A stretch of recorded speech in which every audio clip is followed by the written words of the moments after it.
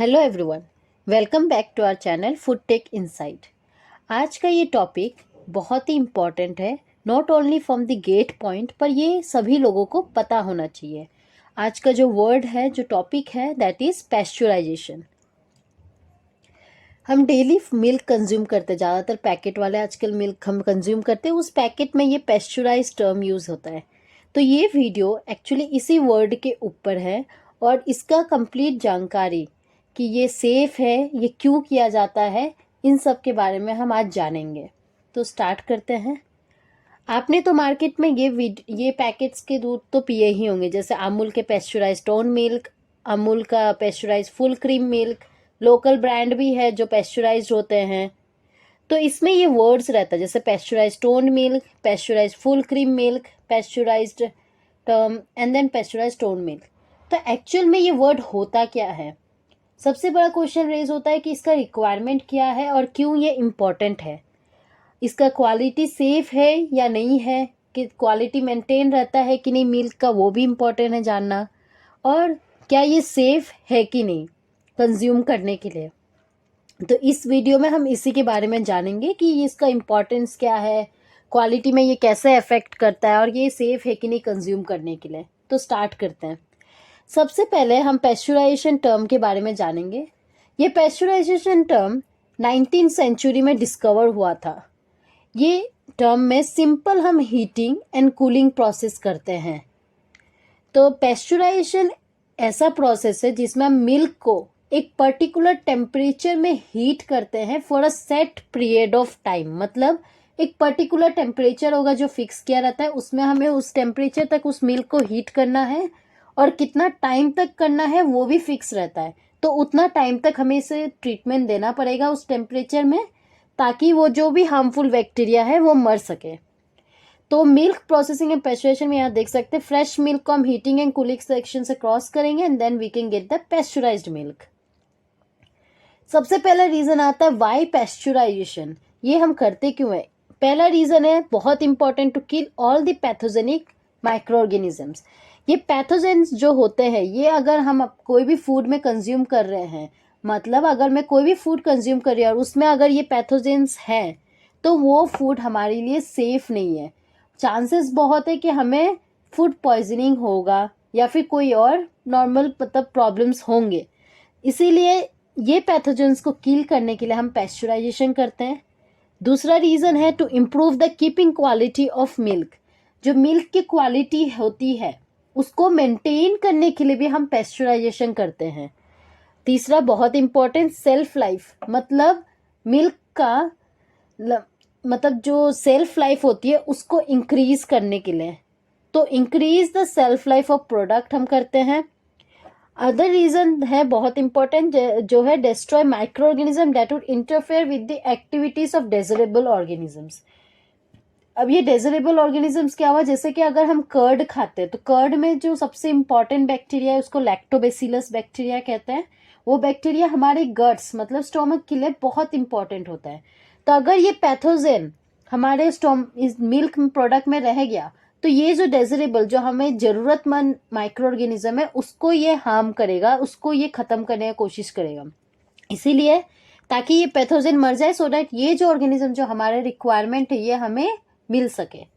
तो क्या बेनिफिट्स है पैस्चराइजेशन का? अगर हम सिंपल में समझे तो स्टोरेज पीरियड इंक्रीज करना, मतलब सेल्फ लाइफ इंक्रीज करना, प्रिवेंट करना हमें फूड बॉर्न डिजीज, इन सब चीजों से। क्विक है और सेफ सैनिटेशन है, मतलब आप अपना प्रोडक्ट को कंज्यूम कर सकते हैं आफ्टर पैस्चराइजेशन। ये प्रोडक्ट क्वालिटी को मेंटेन रखता है और ये पोटेंशियल इंप्रूवमेंट करता है इसके फ्लेवर्स, एरोमा, ये सब में। तो पैस्चराइजेशन हम दो तरह से करते हैं, एक होता है स्लो पैस्चराइजेशन प्रोसेस कहते हैं, एक है रैपिड पैस्चराइजेशन। तो स्लो को हम लो टेम्परेचर लॉन्गर टाइम तक करते हैं। एल टी का मतलब हुआ low temperature for longer time, और HTST का मतलब हो गया high temperature for shorter time. तो ये जो कैरेक्टरिस्ट है, लो टेम्परेचर मतलब कम टेम्परेचर में ज्यादा टाइम तक रखना, हाई टेम्परेचर शॉर्ट टाइम मतलब ज्यादा टेम्परेचर में बहुत कम टाइम के लिए रखना।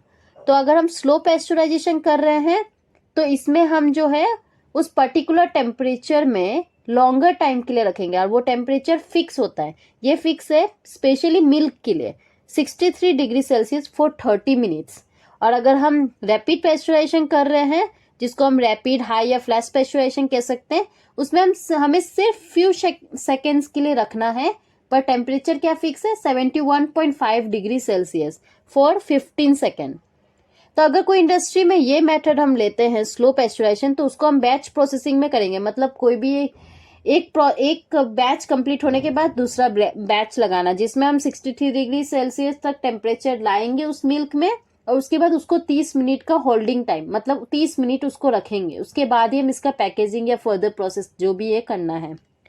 अगर हम रैपिड कर रहे हैं, इंडस्ट्रियल ज्यादातर इसको प्रीफर करते हैं, तो उसको हम कंटिन्यूस प्रोसेसिंग, मतलब कंटिन्यूस में आपका प्रोडक्शन होते रहेगा और उसमें हमें temperature 71.5 degree Celsius for 15 second. ये दोनों पॉइंट गेट के पॉइंट ऑफ व्यू से बहुत इंपॉर्टेंट है। डेफिनेटली इसमें क्वेश्चंस तो आएंगे ही टेम्परेचर और टाइम के कॉम्बिनेशन के अकॉर्डिंग। तो हम एक बार डायग्राम से देख लेते हैं कि कैसे इसको लो टेम्परेचर वाला करते हैं। तो ये स्लो प्रोसेस है। यहाँ आप देख रहे होंगे कि ये जैकेट टाइप का है, इसमें हम स्टीम या हॉट वाटर पास करेंगे या वाटर को इलेक्ट्रिक हीटर से हम गर्म करेंगे। और यहाँ अंदर वाला जो वेसल है, इसमें हम मिल्क रखेंगे और ये मिल्क को कंटिन्यूस एजिटेशन देना है, ताकि नीचे इस मिल्क का ये जम ना जाए और ओवर हीटिंग हो जाएगा या जल जाएगा। और फिर उसके बाद हम इसको रिक्वायर्ड टेम्परेचर जैसे 63 डिग्री सेल्सियस जैसे ये पहुंच गया, उसके बाद हम इसको 30 मिनट तक रखेंगे, फिर फर्दर इसको पैक कर देंगे। जबकि आप HTST ऐसा प्रोसेस में देखेंगे, इसको हमें फर्दर स्लाइड्स में डिस्कस करूंगे। तो बैच मेथड में क्या होता है, मैंने पहले ही बताया कि इसको हम 63 डिग्री सेल्सियस तक करेंगे। तो मिल्क को हम हीट करेंगे 63 डिग्री सेल्सियस इन टैंक और वेट इक्विप जो आप देखे हैं, या फिर वो जो जैकेटेड वाला है उसमें इधर हॉट वाटर होगा या स्टीम होगा, और कंटिन्यूस एजिटेशन तो हमें देना है। 30 मिनट्स के लिए रखना है, फिर उसके बाद उसको कूल करके पैक करना है। तो further cooling is done by surface और प्लेट कूलर, वो अलग सा इनका इंतजाम रहता है। तो उसके थ्रू ये इधर ये सेटअप रहता है, इस सेटअप के थ्रू उसको फर्दर कूल करके पैक करेंगे। तो ज्यादातर ये बैच प्रोसेस में हम 5000 लीटर ऑफ मिल्क ही करते हैं। अगर हम कंटिन्यूस HTST देखेंगे तो सबसे ज्यादा कॉमनली यूज मेथड है पूरे वर्ल्ड में। इसमें जो हीटिंग या कूलिंग प्रोसेस होता है उसके लिए एक पर्टिकुलर एक्सचेंजर होता है, जैसे प्लेट हीट एक्सचेंजर, जो ये कभी अपकमिंग वीडियोस में मैं इसके बारे में इंडिविजुअल टॉपिक बनाऊंगी और इसके बारे में डिस्कस करूंगी। ये भी फूड पॉइंट ऑफ व्यू से बहुत इंपॉर्टेंट होता है और इसको यूज किया जाता है हीट करने के लिए, होल्ड भी करने के लिए एंड कूल भी करने के लिए, तीनों प्रोसेस के लिए। सो मिल्क को इसमें हम एटलीस्ट 72 या फिर 71.5 डिग्री सेल्सियस तक देते हैं टेम्परेचर, और उसको 15 सेकेंड तक मिनिमम रखना है, हमें minimum 15 second, and then immediately हमें उसे कूल करना है not greater than 4 degree Celsius. मतलब 4 डिग्री सेल्सियस तो मिनिमम हमें इमीडिएटली उसको कूल करके रखना है। तो पेस्चुराइजेशन का जो मैं पहले मतलब बताई थी कि माइक्रो ऑर्गेनिज्म मारना है, तो स्पेशली हमें जानना है कि कौन सा माइक्रो ऑर्गेनिज्म मारना है और कैसे पता चलेगा कि पेस्चुराइजेशन हो गया है। तो वो कोई पर्टिकुलर माइक्रो ऑर्गेनिज्म होगा जिसे हम मारेंगे और उसकी हम जानकारी, मतलब उसको हम टेस्ट करेंगे, और अगर उसका प्रेजेंस दिखा रहा है तो मतलब आपका पेस्चुराइजेशन नहीं हुआ है। अगर प्रेजेंस दिखा नहीं रहा है तो मतलब आपका पेस्चुराइजेशन प्रोसेस सक्सेसफुल हुआ है। तो वो माइक्रो ऑर्गेनिज्म का नाम क्या है, तो उसको हम देखते हैं। Pasteurization is done to destroy disease-causing organism, especially bacteria, to reduce the number of bacteria and fungi that cause food to decay. Decay मतलब खराब करता है। Thus allowing it to keep for a longer period of time. तो अगर हम इस bacteria वगैरह को मारते हैं तो हमारा जो खराब होने का चांसेस है उस प्रोडक्ट का वो कम हो जाता है, जिससे हम उसको लॉन्गर पीरियड ऑफ टाइम तक रख सकते हैं। तो सबसे इम्पॉर्टेंट है हमें जो बैक्टीरिया मारनी है वो है माइकोबैक्टीरियम ट्यूबरकुलोसिस। अब इसका क्या है, ये सबसे ज्यादा हीट रेजिस्टेंट है, मतलब हायर टेम्परेचर ये सस्टेन कर सकता है। तो अगर आप इसको मार रहे हैं तो समझ लीजिए कि बहुत ऐसा माइक्रो ऑर्गेनिज्म जो हार्मफुल है वो मर गया। अगर ये माइकोबैक्टीरियम ट्यूबरकुलोसिस मर गया, मतलब और भी जो ऑर्गेनिज्म है वो भी मर गए, क्योंकि ये सबसे ज्यादा हाई हीट रेजिस्टेंट होता है। The most heat resistant pathogenic organism at pasteurisation temperature is mycobacterium tuberculosis and hence this has been made as an index micro organism. मतलब इसका मरना जरूरी है, ये अगर आपके प्रोडक्ट में आ रहा है मतलब पेस्चुराइजेशन नहीं हुआ है सही से। और ये अगर मर गया तो आप उसको बोल सकते हैं कंप्लीटली सेफ मिल्क है, आप कंज्यूम कर सकते हैं।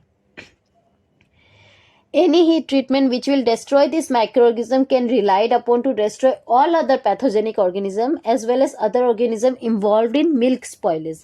मैंने पहले बताया जैसे कि अगर ये मर गया तो बाकी के भी पैथोजेनिक ऑर्गेनिज्म एज्यूम करते हैं कि वो भी मर गए हैं और वो मिल्क स्पॉइल नहीं होगा। सम बैक्टीरिया कॉल्ड थर्मोड्यूरिक, वही जो हायर हीट रेजिस्टेंट है उसको हम थर्मोड्यूरिक बैक्टीरिया कहते हैं, वो सर्वाइव कर सकते हैं पेस्चुराइजेशन। ऐसा भी चांसेस है जो पेस्चुराइजेशन के टेम्परेचर को भी सर्वाइव कर सकते हैं, जो माइक्रोबैक्टीरियम से भी ज्यादा हीट रेजिस्टेंट होते हैं। तो पर यहाँ क्वेश्चन ये आता है तो फिर how you can say milk is safe. The reason behind that is because जैसे ही हम उसको हीटिंग दे रहे 71 डिग्री सेल्सियस, फिर हमें इमीडिएटली उसको कूल डाउन करना पड़ेगा ताकि जो बाकी थर्मोड्यूरिक माइक्रो ऑर्गेनिज्म है उसका ग्रोथ को हम रोक सके, प्रिवेंट कर सके, ताकि हम अपना स्पॉइलेज वगैरह फूड से मतलब अपना मिल्क का बचा सके। ठीक है, तो थर्मोड्यूरिक सर्वाइव कर सकता है but immediately if we are cooling down it then we can prevent our food product from this harmful micro organisms. In terms of enzymes अगर देखें तो एल्केलाइन फॉस्फेटेज भी बहुत इंपॉर्टेंट है, ये इसको मारना भी बहुत जरूरी है और ये भी एक तरह से इंडिकेटर ऑफ पेस्चुराइजेशन प्रोसेस होता है। तो Mycobacterium tuberculosis and alkaline phosphatase अगर हम 63 डिग्री सेल्सियस 30 मिनट की रख रहे हैं तो हम ये एक्सपेक्ट करते हैं, और ये हमने ऑलरेडी टेस्ट करके चेक कर लिया है कि माइकोबैक्टीरियम ट्यूबरकुलोसिस और एल्केलाइन फॉस्फेटेज डिस्ट्रॉय किल हो जाता है at 63 degree Celsius for 30 minutes and otherwise 72 या 71.5 डिग्री सेल्सियस फॉर 15 सेकेंड्स। तो मिल्क पेस्चुराइजेशन का पर्पस क्लियर हो जाता है कि in order to make it safe for human consumption by destroying pathogenic micro organism present in milk, quality improve करने के लिए, और ये डायरेक्ट इसलिए भी कहा जाता है पैकेट में कि आप डायरेक्टली इसको कंज्यूम कर सकते हैं विदाउट हीटिंग दैट मिल्क। तो अगर कोई भी मिल्क प्रोडक्ट मिल्क पैकेट आप खरीद रहे हैं और उसमें अगर पेस्चुराइज लिखा हुआ है तो इसका ये मतलब है कि अगर आप उस प्रोडक्ट को विदाउट हीटिंग भी डायरेक्टली कंज्यूम कर सकते हैं। एडवांटेज क्या है, कलर और फ्लेवर बेटर प्रिजर्व करता है, suitable for milk product, juice, beer, puree based good सब।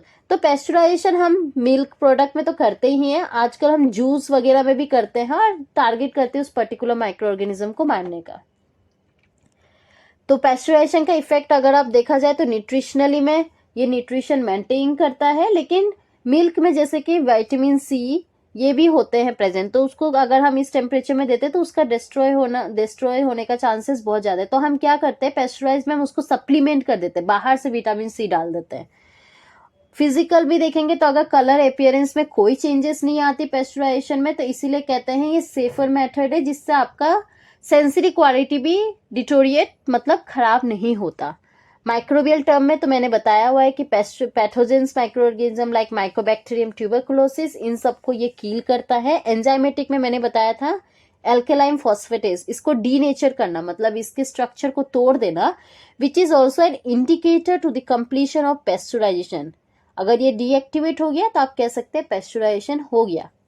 ठीक है, ये है setup for pasteurisation high temperature short time, इसको हम अभी नेक्स्ट में डिस्कस करेंगे। तो नॉर्मल अगर हम बेसिक वे में समझे तो पेस्चुराइजेशन में क्या होता है, यहाँ से आपका मिल्क जा रहा है, ये रो मिल्क स्टोरेज है, मिल्क यहाँ पर स्टोर किया, यहाँ पर आपका हीट ट्रीटमेंट होगा जहां पर आपका कूलिंग एंड आपका हीटिंग दोनों ही होगा।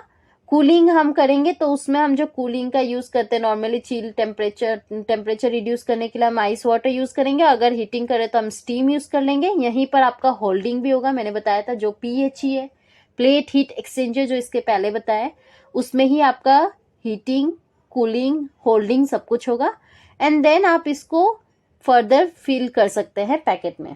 तो अब इसका प्रोसेस को एक बार देख लेते हैं। तो ये अगर आप सेटअप देख रहे हैं तो आप एक ये पार्ट को PHE कहते हैं, यहाँ पर प्लेट हीट एक्सचेंजर, इसके भी सेक्शन होते हैं। जैसे ये पार्ट अगर आप मैं बोलूँ आपको तो ये हो गया आपका हीटिंग मीडियम ये पार्ट, और ये पार्ट हो गया आपका कूलिंग मीडियम। इसको हम कहते हैं रीजेनरेटिव। क्यों कहते हैं उसके बारे में हम देखेंगे, रीजेनरेटिव सेक्शन। तो सबसे पहले आपका मिल्क रीजेनरेटिव सेक्शन में जाता है। तो रीजेनरेटिव सेक्शन का मतलब ये हुआ कि आपका एक साइड से, दोनों साइड सेम प्रोडक्ट ही है, देखिए मिल्क ही है, एक साइड से आपका ठंडा मिल्क जाएगा और यहाँ पर जब फर्दर आता है ये हॉट मिल्क होगा, तो यहीं पर इनका एक्सचेंज हो जाएगा हीट। तो ये जब हम इनिशियली नॉर्मल एम्बिएंट टेम्परेचर वाला मिल्क जब हम डाल रहे हैं, मतलब नॉर्मल नहीं, कूल्ड, एक हम स्टोरेज टेम्परेचर होता है, उस टेम्परेचर से हम जब मिल्क इसमें डाल रहे हैं तो यहीं पर टेम्परेचर राइज होने लग जाएगा, बिकॉज ये जो हॉट मिल्क है ये अपना एक्सोथर्मिक प्रोसेस करके इसको टेम्परेचर दे देगा। फिर यहाँ तक जब तक ये आएगा तो ये हीटिंग सेक्शन में, यहाँ हमें अपना टेम्परेचर 71.5 डिग्री तो लेके जाना है मिनिमम। फिर यही सब हो जाएगा तो यहाँ जैसे टेम्परेचर आए, ये है होल्डिंग ट्यूब आपका, यहाँ पर आपको 15 सेकेंड्स का मिनिमम टाइम तो देना ही है। ये होने के बाद ये होता है आपका एक पंप, सेंट्रीफ्यूगल पंप, जो मतलब एक साइड फोर्स करके आपका पॉजिटिव साइड, मतलब जिस साइड आपको भेजना है उस साइड का वो प्रेशर क्रिएट करेगा। तो यहाँ से आपका ये जो पेस्चराइज्ड मिल्क है यहाँ से जाएगा और सीधा यहाँ आएगा। ये पॉइंट भी बहुत इंपॉर्टेंट है, इसको हम कहते हैं FDV, that is flow diversion valve. यहाँ पर चेक होता है कि अगर पर्टिकुलर वो टेम्परेचर रीच हुआ है कि नहीं सेंसर के थ्रू। अगर नहीं रीच हुआ तो ये प्रोडक्ट इधर से चला जाएगा, फिर से स्टोरेज में आएगा और फिर से इसका हीटिंग प्रोसेस वगैरह जो है वो होगा। बट अगर टेम्परेचर रीच हो गया तो फिर ये नीचे जाएगा फिर से हीट एक्सचेंजर में। इस बार देखिए ये हीटिंग सेक्शन में नहीं जा रहा, ये सीधा आपका रीजनरेटिव सेक्शन में जा रहा। तो ये हीटिंग वाला मिल्क अपना टेम्परेचर यहाँ से लूज करने लग जाएगा। यहाँ क्या बताया था मैंने, अपना टेम्परेचर हीट होने लग जाएगा, यहाँ लूज करेगा। ये जो टेम्परेचर लूज करता है, ये जो सेक्शन है इसको एब्जॉर्ब करके अपना टेम्परेचर इंक्रीज करता है इनलेट में। जैसे ही लूज हुआ फिर ये आपका कूलिंग सेक्शन है और इस कूलिंग सेक्शन से आप प्रोडक्ट को फील कर सकते हैं। जैसे ही 4 डिग्री सेल्सियस आ गया मिनिमम, फिर आप अपने प्रोडक्ट को फील करके रख सकते हैं। तो ये है एंटायर सिंपल प्रोसेस है। और यहाँ पर आप देख सकते हैं कि ये जो सेक्शन आपको लाइट ब्लू कलर का आपको दिख रहा है, ये है आपका कूलिंग सेक्शन। इसको हम, इसमें क्या करते हैं, आइस वगैरह यूज करके, आइस वाटर वगैरह यूज करके हम टेम्परेचर रिड्यूस करते हैं। यहीं पर हम इसको स्टीम देके इस पार्ट का टेम्परेचर इंक्रीज करते हैं। तो ये है आपका पेस्चराइजेशन का प्रोसेस। तो अगर हम रेसिडेंस टाइम देखें हर पार्ट में कितना लग रहा है, तो पहले तो हमारा बैलेंस टैंक है जहां पर हम मिल्क को स्टोर करके रखे हुए हैं। तो जब हमने इंसर्ट किया तो सबसे पहले मैंने बताया आपको रीजनरेटिव, मतलब रीजनरेटर साइड में डालेंगे तो वहां के लिए आपको लग जाता है 12 सेकेंड। फिर हीटर में जाएगा, वहां पर आपका 71 पॉइंट समथिंग डिग्री तो लाना ही है, तो वो डिग्री जैसे पहुंचेगा वो पहुंचने में आपको लग जाएगा 5 सेकेंड। फिर ये जो होल्डिंग ट्यूब है ये बहुत इंपॉर्टेंट है, 15 सेकेंड का, यहाँ तक देखिएगा 15 सेकेंड का होगा। फिर उसके बाद ये मैंने बोला फ्लो डाइवर्जन वाल्व, यहाँ पर आपका चेक करेगा, अगर टेम्परेचर उतना नहीं पहुंचा तो इसको डाइवर्ट कर दिया जाएगा जहां आपका फर्दर प्रोसेस किया जाएगा इसका। अदरवाइज सब कुछ सब ठीक है तो फिर से ये रीजनरेटिव सेक्शन में जाएगा 12 सेकेंड के लिए, और देन कूलिंग सेक्शन में जहां पर आपको टेम्परेचर लो करना है 7 सेकेंड के लिए। तो ये है एंटायर पेस्चराइजेशन का प्रोसेस। तो लास्ट ये है, अभी हमें जानना है कि पेस्चराइजेशन सही से हुआ कि नहीं। तो वो कौन सा टेस्ट है जिससे हम इसको चेक कर सकते हैं, तो उसको हम कहते हैं फॉस्फेटेज टेस्ट, जिससे हम पता करेंगे कि अल्कलाइन फॉस्फेटेज हमारे प्रोडक्ट में प्रेजेंट है क्या। तो phosphatase test is done to determine whether milk has been properly pasteurised और not immediately after the pasteurisation of milk. So ये बेस्ड करता है आपका प्रिंसिपल कि अल्कलाइन फॉस्फेटेज जो नेचुरल एंजाइम प्रेजेंट होता है रॉ मिल्क में, वो डीएक्टिवेट हुआ कि नहीं हीट ट्रीटमेंट के, जो हम पेस्चराइजेशन में टेम्परेचर यूज करते हैं उसके बारे में बोल रहे हैं। तो इसमें क्या होता है, जब मिल्क अगर फॉस्फेटेज रहता है उस मिल्क में, तो ये P nitrophenyl disodium orthophosphate form करता है। ये जो है ये हाइड्रोलाइज टूट जाता है एंड पैरा नाइट्रोफिनॉल लिबरेट करता है, और ये अपना yellow colour, distinct yellow colour दिखाता है एल्केलाइन कंडीशन में। तो अगर आपके प्रोडक्ट में फॉस्फेटेज है तो येलो कलर दिखेगा आपको, और जितना ज़्यादा येलो कलर वो डायरेक्टली प्रोपोर्शनल है कि फॉस्फेटेज अमाउंट उसमें प्रेजेंट है। तो अगर नॉर्मली अगर मैं बताऊं, अगर आप ये टेस्ट कर रहे हैं अपने मिल्क प्रोडक्ट में, तो अगर येलो कलर आ रहा है मतलब आपका पेस्चराइजेशन प्रॉपरली नहीं हुआ है। The presence of yellow colour indicate inefficient pasteurisation और post pasteurisation contamination of that milk. तो ये है इंडिकेटर टेस्ट। पेस्चराइजेशन हुआ है कि नहीं, ये सारे इंडस्ट्री फॉलो करते हैं। विद दिस ये टॉपिक को मैं एंड करती हूँ। इस टॉपिक में जितने भी इंफॉर्मेशन थे वो सारे जो भी होने चाहिए थे वो सारे इंफॉर्मेशन इस वीडियो में हमने डाल दिया है। तो थैंक यू। अपकमिंग वीडियोस में हम स्टेरिलाइजेशन और अलग हीटिंग थर्मल प्रोसेसिंग ट्रीटमेंट के बारे में बात करेंगे। So if you have any query do comment us, और you can also mail us on foodtechinsight@gmail.com. Also you can follow us on LinkedIn, Facebook and Instagram. Thank you.